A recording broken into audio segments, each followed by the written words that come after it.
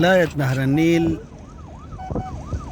وهي تدعم الجيش دعما معنويا، وهذه الغوافل دقيقة وهي تدعم الجيش. والآن تتحرك هذه الجموع الكبيرة جدا تتجمع هذه الجموع الكبيرة جدا قادمة من مختلف ولاية نهر النيل إلى المدفعية عطبرة لدعم الجيش. جيش واحد، شعب واحد. والآن أنا معكم نقل الحدث مباشرة طارق اللبيب. واليوم نحن في ملحمة بين الشعب والجيش. تفرجوا وشوفوا المواطنين من بقاع الولاية جايين للمدفعية عطبرة، اللي هي مدفعية عطبرة هذه شايفينها. استقبال عجيب،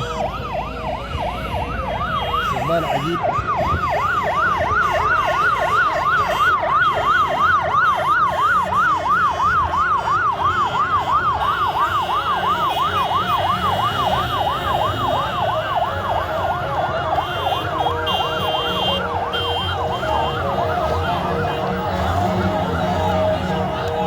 السودان كله مع الجيش.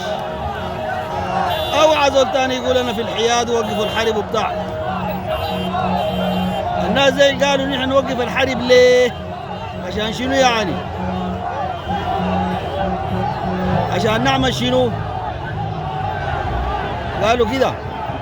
شوف كمية خيالية مهولة ما عندهم نهاية. دي ولاية نهر النيل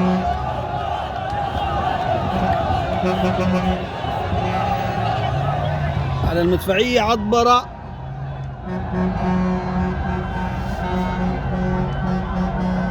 أنا بعتبر ده تفويض شعبي للمدفعية عطبرة إنها تتحرك وتحسم الوضع. والله العظيم يا المدفعية عطبرة احنا خاتنك وفرساي. الجيش ده هناك قبل ما تجي انت بيوضب الوضع ان شاء الله، لكن انت خاتنك للكبيرة. ده موضوع بسيط شديد. مدفعية عطبرة عزة ولاية نهر النيل والفخر